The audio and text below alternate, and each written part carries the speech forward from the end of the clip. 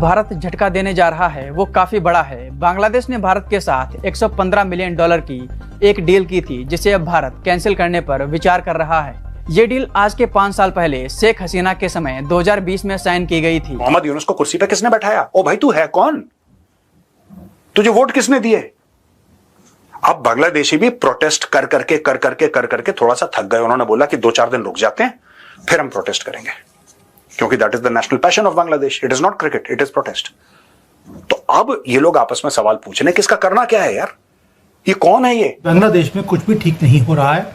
जब से मोहम्मद यूनुस नामक जानवर को बिठाया गया, वहां पर जिहादी को बिठाया गया, अब वहां की जो आर्मी है उन्होंने बोल दिया इनफ इज इनफ, बहुत हो गया। जो तुम अपनी बदतमीजियां करते जा रहे हो, जिस तरह से तुम कंट्री को लीड कर रहे हो, इस तरह से कंट्री नहीं चलेगी।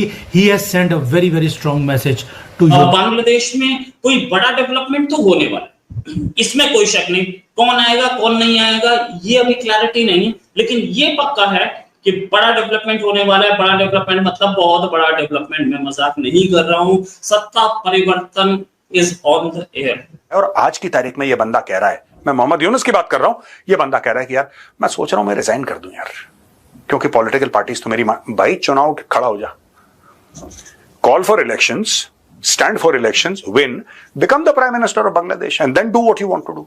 It is the will of the people that must prevail. और यूनुस कौन सी ऐसी गलतियां कर रहा है जिसके कारण अब सारी की सारी जो कंट्री है वो भी इसके अगेंस्ट है, सिवाय जिहादियों के। और जो आर्मी है उन्होंने अब सींग अड़ा दिए हैं इसके पिछवाड़े में, आगे तो नहीं पीछे इसके सींग डाल दिए हैं। और एक तरीके का डिप्लोमेटिक प्रेशर बना है बांग्लादेश पे, और जल्दी से जल्दी इलेक्शन कराने के लिए सारी चीजों को गियर अप करें, सारी से फैला हुआ और इससे बांग्लादेश को बहुत अच्छा खासा फायदा हो सकता था, लेकिन अब भारत इसे कैंसिल करने पर विचार कर रहा है। कि ये मोहम्मद यूनुस को कुर्सी पे बैठाया किसने भाई? जरा ये तो समझा दो। It's none of your business. तुम्हारा क्या लेना देना, तुम तो इंडियंस हो, तुम्हारा क्या लेना देना है? बांग्लादेश का इंटरनल मैटर है। चलो ठीक है भाई, हम चुप रह जाते हैं। बांग्लादेश का इंटरनल मैटर, आज वही चीज जो मैं कह रहा हूं वो बांग्लादेश का आर्मी चीफ कह रहा है। He is saying exactly what I have been saying for this past 9 months. Mohammad Yunus को कुर्सी पे किसने बैठाया? ओ भाई, तू है कौन? तुझे वोट किसने दिए? अब बांग्लादेशी भी प्रोटेस्ट कर करके थोड़ा सा थक गए। उन्होंने बोला कि 2-4 दिन रुक जाते हैं, फिर हम प्रोटेस्ट करेंगे, क्योंकि that is the national passion of Bangladesh. It is not cricket, it is protest. तो अब ये लोग आपस में सवाल पूछ रहे हैं कि इसका करना क्या है यार? ये कौन है ये? अब इसको आर्मी चीफ कहता है, आर्मी चीफ वार्न करता है कि ये जो कॉरिडोर है ना, ये नहीं चलेगी। I will not allow this. इससे बांग्लादेश की सिक्योरिटी जो है, सॉवरेनिटी जो है, खतरे में है। और ये क्यों करवा रहा है रखान कॉरिडोर? क्योंकि अमेरिका चाहता है।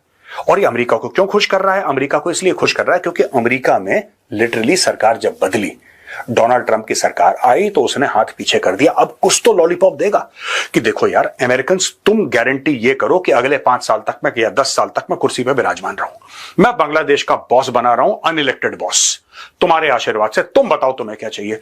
तुम्हें सेंट मार्टिन आइलैंड चाहिए? Very good. तुम्हें रखीन कॉरिडोर चाहिए? Very good. तुम बताओ तुम्हें क्या चाहिए? मैं पूरा बांग्लादेश बेच देता हूं, मुझे विराजमान रखो कुर्सी पे। दैट इज द डील, जिसके लिए जनरल वकारुज्जमान ने साफ मना कर दिया है। और आज की तारीख में यह बंदा कह रहा है, मैं मोहम्मद यूनुस की बात कर रहा हूं, यह बंदा कह रहा है कि यार मैं सोच रहा हूं मैं रिजाइन कर दूं यार, क्योंकि पॉलिटिकल पार्टीज तो मेरी भाई चुनाव खड़ा हो जा, call for elections, stand for elections, win, become the prime minister of Bangladesh and then do what you want to do.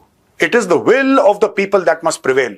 Will of the people, वो अच्छी विल हो, खराब विल हो, लोग अच्छा लीडर चुने, बुरा लीडर चुने। The Bangladeshis may choose to select a bad leader, a good leader, but that is none of India's business or the world's business. That is Bangladesh's business, right?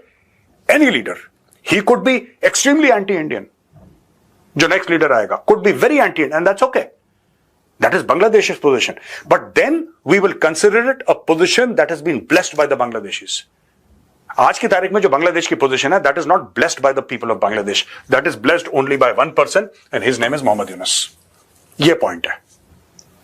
मैंने यही बोला था कि चिकन नेक को wide करो। हेमंत बिस्व शर्मा ने एक दूसरा एंगल इसको दिया है, same thing, and he is talking about military action. मैंने भी मिलिट्री एक्शन की बात करी थी, हेमंत बिस्व शर्मा जी ने भी मिलिट्री एक्शन की बात करी। कहता कि अगर तुम हमारे चिकन नेक पे तुमने हमला बोला, हम तुम्हारे 2 चिकन नेक पे हमला बोलेंगे। एंड ऑफ स्टोरी यार। यही भाषा बांग्लादेश समझता है तो यही भाषा बोलो, ठीक है, मेरा पुराना वीडियो आपने देख लिया, बहुत लोगों ने बोला अरे साहब ऐसा कैसे हो सकता है, ये कैसे हो सकता है, ये सोल्यूशन तो ऐसी है, इसको पता ही नहीं है। मुझे सब पता है, ठीक है ना, मैंने रिसर्च करी है, मेरी टीम ने रिसर्च करी है, उसके बाद हम ऐसे नहीं आ जाते यहां पे कि बाल वाल बनाए चलो एक्शन।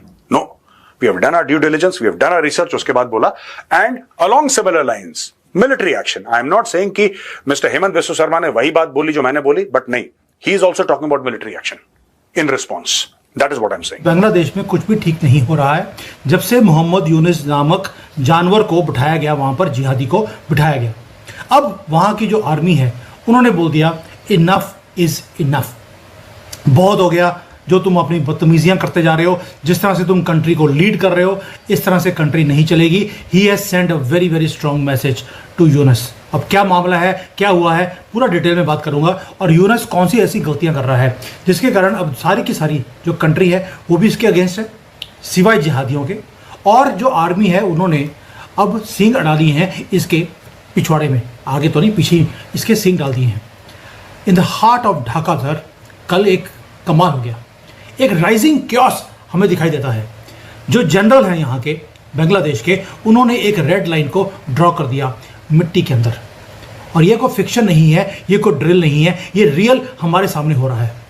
मिलिट्री का स्टैंड ऑफ अनफोल्ड हो रहा है हमारे ईस्टर्न नेबरहुड के अंदर। यहाँ से जैसे जैसे हम इन इलीगल बांग्लादेशियों को पकड़ के धक्का मार रहे हैं, वहाँ की आर्मी को समझ आ गया कि अगर बांग्लादेश ने भारत के साथ हाथ नहीं जोड़ा, जैसे यो यूनुस जोड़ने के लिए तैयार नहीं है, तो ये कंट्री तबाह हो जाएगी। और ऐसे ट्रेमर्स बांग्लादेश के अंदर आने वाले हैं, या कह लीजिए पूरे के पूरे इंडियन सब कॉन्टिनेंट में आने वाले हैं। शेकअप होने वाला है ये पूरा एरिया। वो क्यों? क्योंकि आपको मालूम है कि बांग्लादेश में प्रॉब्लम आएगी तो प्रॉब्लम स्पिल ओवर होकर भारत में भी आएगी। ये सारे मुद्दे मैं डिस्कस करूंगा डिटेल में। अब वेडनेसडे को हुआ क्या? Something unprecedented happened inside Bangladesh army headquarters. वहाँ पे जो दरबार लगाई गई आर्मी की तरफ से, सारे अवेलेबल जितने भी ऑफिसर्स थे वो सारे वहाँ पर आए, और आए भी किसमें? कोई सूट पैंट डालकर नहीं, अपनी कॉम्बैट यूनिफॉर्म्स डालकर असेंबल हुए, not for a peace keeping mission, ना ही किसी वॉर रिहर्सल के लिए। It was far more serious. जो आर्मी चीफ है बांग्लादेश के, जनरल वकारुज़ जमान, उन्होंने एक मैसेज, एक थंडरस